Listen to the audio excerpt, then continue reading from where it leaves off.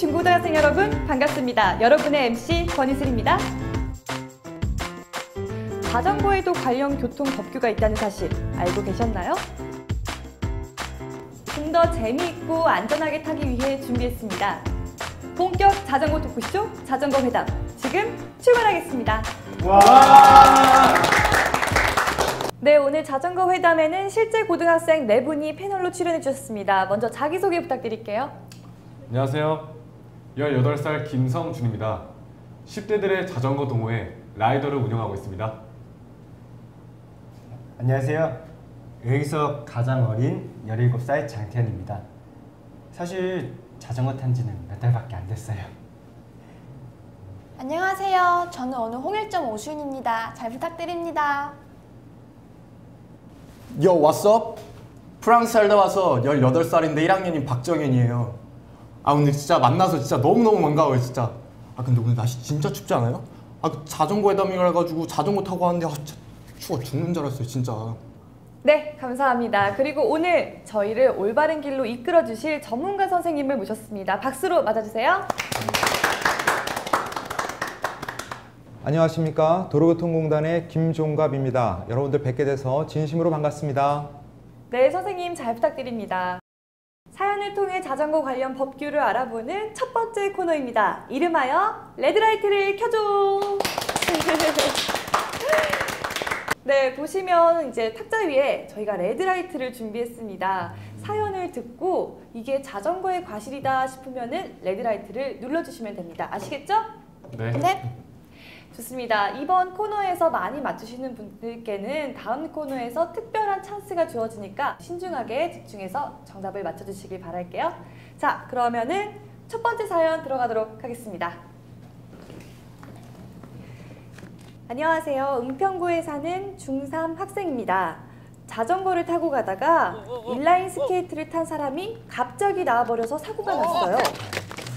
그 사람은 안 다치고 저만 크게 다쳐서 수술까지 했는데 이게 그런데도 레드라이트인가요? 라고 보내주셨는데요. 네, 레드라이트라고 생각하시는 분들은 눌러주시기 바랍니다. 네, 수인 씨 누르셨고요. 수인 학생, 이게 왜 자전거 과실이라고 생각하세요? 자전거 타신 것 같기도 하고 보행자 타신 것 같기도 한데 자전거는 위험하잖아요. 네, 태연 학생 옆에서 이제 얘기를 잘 들으셨는데 이해가 되시나요? 뭔 얘기인지 몰랐어요. 네, 성준 학생은 어떻게 생각하세요? 저는 동등한 입장이라고 생각을 합니다. 그래서 레드라이트를 켜지 않았고요. 동등한 입장이라고 봅니다. 그러나 동등한 입장으로 해도 되는데 만약에 자전거 전용 도로에서 자전거를 탔는데 인라인 스케이트가 들어왔으면은 그거는 당연히 인라인 스케이트의 잘못이라고 저는 보고 있습니다. 청윤 학생 좀 지루하신가 봐요. 예, 좀 유럽에서는 이런 일이 별로 없어서 사실 좀 이해할 수가 없네요 좀. 사연 자체를 이해를 못하신 것 같기도 한데요. 유럽에서는 이런 일이 일어날 수가 없거든요. 아, 그래요? 네, 그래서 사실 좀 이해가 잘 안 되네요. 알겠습니다. 4분 학생의 이제 의견을 들어봤는데요. 전문가님, 정답을 좀 알려주시죠. 네, 이 상황은 자전거 운전자의 과실이 맞습니다. 그 인라인 스케이트를 이용하는 경우 놀이기구를 사용하는 보행자에 해당이 됩니다. 우리의 현행법상 보행자와 자동차가 충돌하는 교통사고가 발생했을 때 보행자에게 책임을 묻지는 않습니다. 어디까지나 차량 운전자에게 그 책임을 묻게 되겠죠. 여기서 자전거를 운전한다는 것은 차량을 운행하는 운전자와 동일하게 보셔야 될 것 같습니다. 따라서 이런 상황에서 자전거 운전자는 인라인 스케이트를 이용하는 그 이용자의 중대한 어떤 과실이라든가 고의를 입증해내지 못한다면 그 법적 책임을 물어볼 수가 없습니다. 모두의 예상과는 빗나가게 결국에는 자전거 과실이었습니다. 엑소엑소님 사고까지 나셨다고 했는데 빠른 쾌유 부탁드리고요. 그리고 자전거는 앞으로 좀 더 조심히 타시길 바랄게요. 첫 번째 사연 결과 수인 양이 혼자 정답을 맞추셨습니다. 현재 단독으로 1등인데 그러면은 기념으로 수인 양이 두 번째 사연을 한번 읽어보도록 할까요? 저는 고3 수험생입니다. 오랜만에 라이딩을 즐기려고 나가고 있었어요.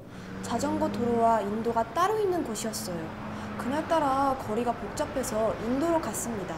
전 헬멧까지 쓰고 있었어요. 이거 레드라이트인가요? 레드라이트라고 생각하시는 분들은 눌러주시기 바랄게요. 태연 학생 빼고는 다 레드라이트를 눌렀는데 학생은 왜 자전거 과실이 아니라고 생각하시죠? 보통 사람 같으면은 사람이 없다 싶을 때 그냥 막 인도로 가든 차도로 가든 자전거 도로로 가든 막 아무튼 그래요. 그렇게 다녀요. 저 같은 경우는. 네네네. 저희 아버지께서도 이제 고속도로에서 차가 막힌다 그러면 갓길로 주행하시거든요. 당연한 거 아니에요. 아버지도 급할 때는 돌아가시니까 자전거 급할 때는 안전 장비만 착용했어요. 네, 안전벨트. 상관없다. 네.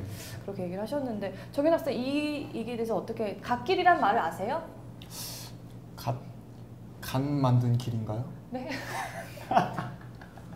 죄송합니다. 그 옆에 굳이 자전거 도로가 있는데 굳이 사람들 많은 인도로 갈 필요가 있나? 자, 그럼 이쯤에서 우리 전문가님께 정답을 들어보도록 하겠습니다. 예, 이 상황은 자전거 운전자의 과실이 맞습니다. 그 자전거를 운행할 때 자전거 도로와 인도가 구분되어 있는 경우 인도를 운행하면 안 됩니다. 앞서 말씀드린 대로 자전거는 차량과 이제 동일시되기 때문에 그렇다라는 것이죠.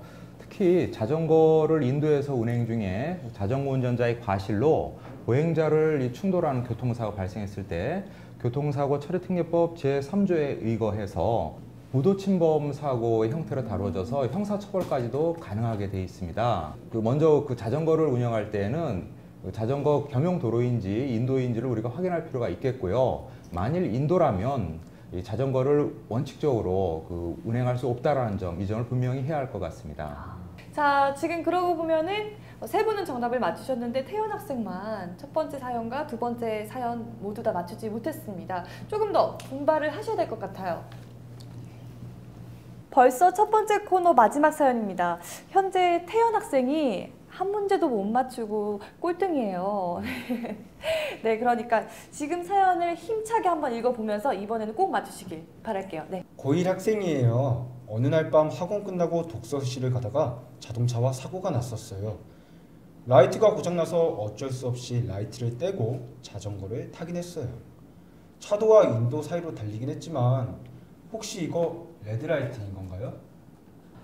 영상을 봤더니 정말 아찔한데요. 우리 학생들 이게 자전거의 과실이다라고 생각을 하면 레드라이트를 눌러주세요.